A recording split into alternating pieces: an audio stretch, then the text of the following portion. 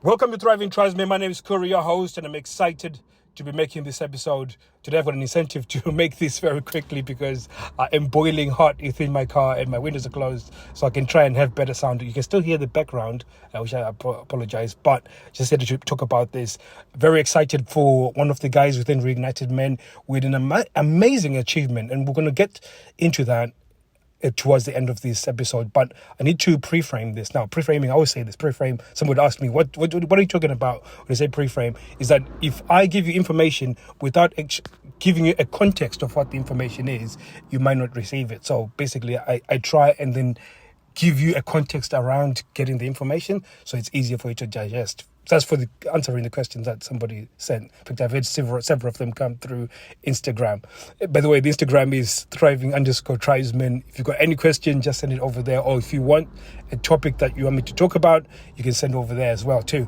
So when it comes to changing a sexless relationship, there's several things that we have been told, or at least been told that is true. For example, within my space, which is from the industry space, a lot of people push the idea of that you can change a sexless relationship within 8 weeks. I think it is possible for some people, but for majority of people, it's not the case. What tends to happen is that it's the changing of a sexless relationship is equivalent to that your relationship has been eating burgers for non-stop for breakfast, lunch and dinner for over 10 years. And as you know, that will cause obesity and you'd be like really, really, really big. So within the sexless relationship, you find yourself in a sexless relationship, you decide you want to do something about it. It's equivalent to you thinking, I need to clean up my diet and I need to work out.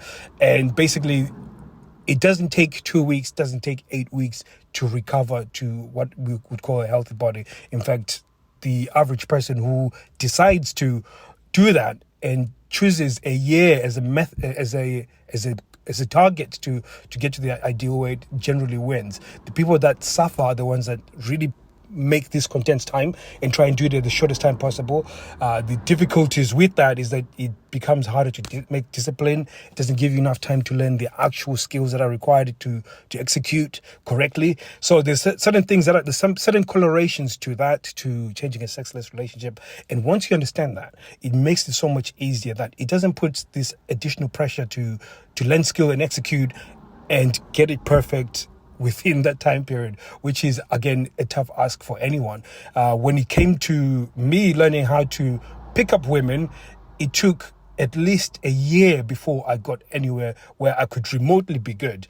And then to really get really, really, really good, it took at least 3 or 4 years and again, at that time, I was at least 500, 600 sets in, which means I'd spoken to at least 600 people that I was trying to have sex with. So again, it took a large period of time. So most people, when they talk about changing a sexless relationship, they talk about it as though it's just something that you can simply change. And a lot of it comes back down to the fact that they take this frame of that you have fucked up as a husband, you are no good as a husband, therefore if you are better as a husband, then everything will change. And again, we all fall in for this trap because we all decided to do everything in our powers to become the best husband as possible, and we've seen that not changing because there's this sort of transactional side of things with the way they put things out there.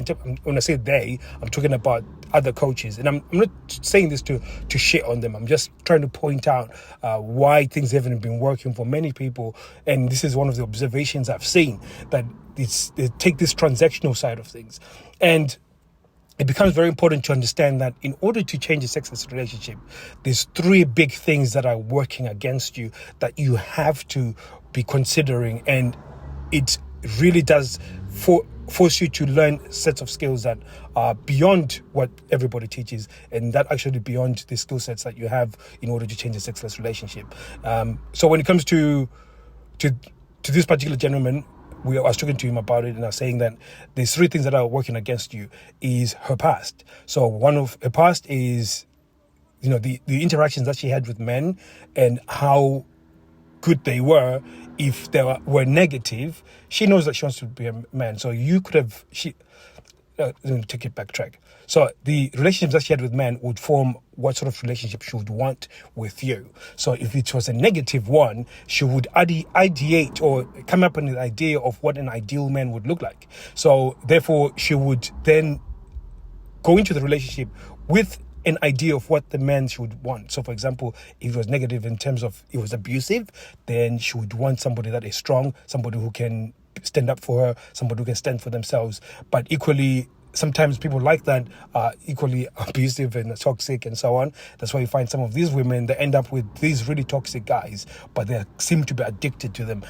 And then there's the other flip side of things where there was a lot of shame, there's a lot of sort of abandonment issues that over there. So they feel like they need to be strong, they need to be independent. They feel like they become avoidant to certain situations because they do not know how to handle those situations. They've not been exposed to interactions where there's friction with men. So again, there's things like that. So that becomes the thing that you come against within the relationship.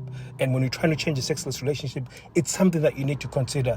And there's a certain amount of skills that you need to have in order to execute correctly. And then the other bit is your past. So for example, if your caregivers never gave you assurance to and gave you a good sense of who you are without you having to work for it. For example, some of you guys only got I'm proud of you only when you've done something good.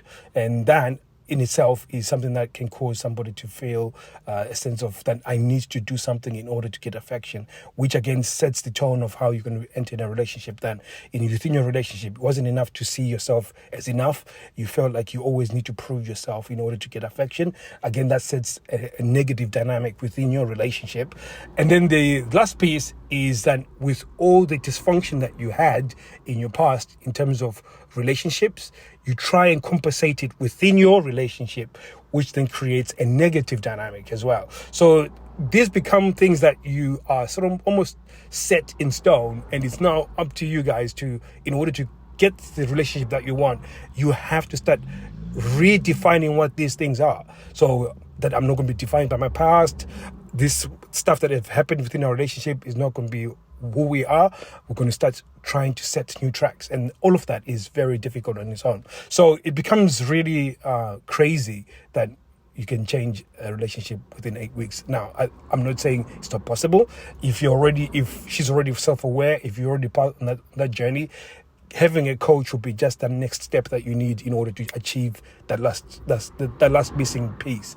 But for many of you, you're starting from scratch, and it's going to require a level of time, a level of consistency, and again, just you thinking that I'm here for the long term because there's something I need to change. Now, I said all of this to say that I've been speaking to this guy pretty much Monday to Friday for the past year, and over the year, he's evolved, including his relationship, because he's consistently showing up.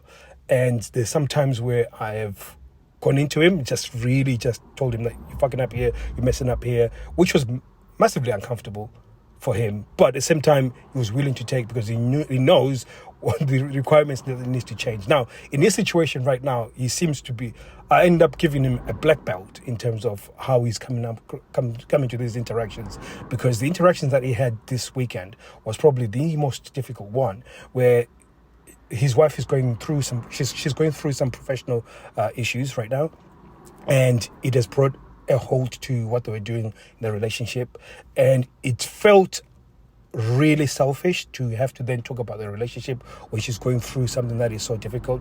And we always fall into that trap where she might feel a sense of relief for having another issue come up, so she prevents her from being uncomfortable to changing the relationship, because all of it is brutal, a lot of it is uncomfortable. So if you can focus on something else that is in the relationship, it might come as a relief, and then it just becomes stale, and then over a period of time you don't have that momentum anymore. So he knew that it was important to bring it up regaining momentum, start pushing things forward again. And I was so proud of him. He did, and he skillfully brought it up. Now, obviously, bringing it up, then brought up all these negative emotions about, you being selfish. How dare you bring this stuff up? What's wrong with you? And all of these other things. But he navigated in a way that they end up being collaborative. Now, this is what I'm talking about, that he's built the skill over a period of time where he is self-sufficient anywhere where he goes. And I was saying to him that, in fact, I even sent him a message. I said, none of it, because you're saying thank you to me, and I said, no, none of it is me. It's all you. You've done the work to get to the place where you can execute this by yourself. You don't need me there. I just remind you of the fundamentals, but you already know that. So I said all of this to say this, that I know that a lot of you guys are struggling, and there's a lot of you guys that are uncomfortable with getting a coach. You're scared, or whatever it might be. And I know that's okay. And we've created a community, and I know, yes, it's paid. And some of you guys don't want to pay for things because you might not be financially there. But this is the reason why we made something that was cheap. Getting to Reignited Men right now is over $8,000. You have but I cannot. Not all of you can cough out $8,000. So I know that if I gave you an opportunity to join something that is for $47 per month, it's so much easier for you to change a relationship with a community of people, with people that have already done this as well, and with a way that you can actually do this consistently, and people that can keep you accountable so you can become a winner within your relationship. So I just wanted to put this out there because I've had a few questions about how long does it take to change a sexless relationship, and is it short? The truth is, there's a lot of work that's involved. A lot of you guys don't like work. I don't like work either. But it's in order to get what you want, you have to do something that you haven't done. And in this case, it's similar to getting diamond. In order to get diamond, in fact, I'll put it this way.